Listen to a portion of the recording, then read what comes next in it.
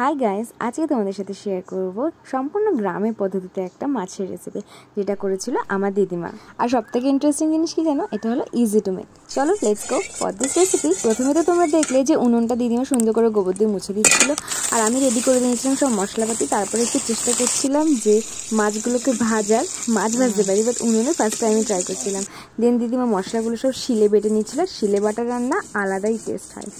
তারপরে দিদিমা সব মশলাপাতি নিয়ে চলে এসেছিল মাছটা ভাজতে। দিদিমা তো দারুণ এক্সপার্ট, সব দিদিমাই করছিল তারপরে, আর আমি করছিলাম শ্যুট।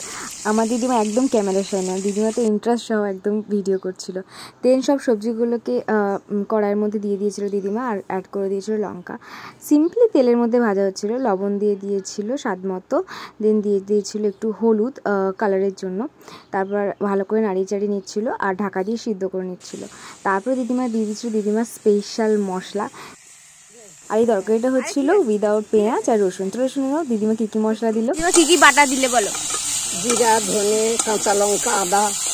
আর কিছু না, পেঁয়াজ আর রসুন ছাড়া রান্না? না, পেঁয়াজ রসুন ছাড়া। আর তেজপাতা আর পাঁচফোড়ন, পেঁয়াজ রসুন ছাড়া। তারপরে তো দিদিমা দিয়ে দিয়েছিল ধনেপাতার চপ।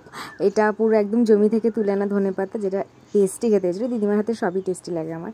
তারপরে তো দিদিমা সিদ্ধ করা সবজিগুলো সব নামিয়ে দিয়েছিল, পুরোপুরি সিদ্ধ হয়ে গেছিলো। তারপরে এটা তরকারিটাকে টেস্টি বানানোর জন্য আরও আলুগুলোকে নিয়ে ম্যাশ করে দিয়েছিল দিদিমা। দেন এই আলুগুলোকে আবার তরকারির মধ্যে অ্যাড করে দিয়েছিল। তো এটার জন্য তরকারিটা দারুণ টেস্টি হয়। এছাড়াও উনুনে রান্না হচ্ছে, টেস্টি তো হবেই। তারপরে সব দেখো ভাজা মাছগুলোকে অ্যাড করে দিয়ে ম্যাশড পটেটোটাকেও মিক্স করে দিচ্ছে। এরপরে দিদিমা ফোড়ন দেওয়ার জন্য প্রথমে সর্ষের তেল দিয়ে দিয়েছিল, তার মধ্যে দিয়ে দিয়েছিল তেজপাতা। দেন দিয়ে দিয়েছিল হলো বড়ি, যেটার জন্য তরকারিটা দারুণ খেতে হয়েছিল। আর তারপরে দিয়ে দিয়েছিল পাঁচফোড়ন, দেন শুকনো লঙ্কা, আর একটুখানি দিদিমা দিয়ে দিয়েছিল লঙ্কার গুঁড়ো ফর দ্য কালার। যেটা চাইলে তো আমরা দিতেও পারো, আবার নাও দিতে পারো।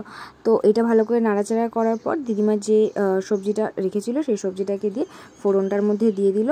ব্যাস রেডি হয়ে গেছে একদম সিম্পলি মাছের ঝোল, যেটা টেস্টিও খেতে হয়েছিল। কিন্তু এটা সবাই করতে পারবে। যদি রেসিপিটা ভালো লেগে থাকে তাহলে একটা লাইক, আর রেসিপিটা মাস্ট ট্রাই। বাই।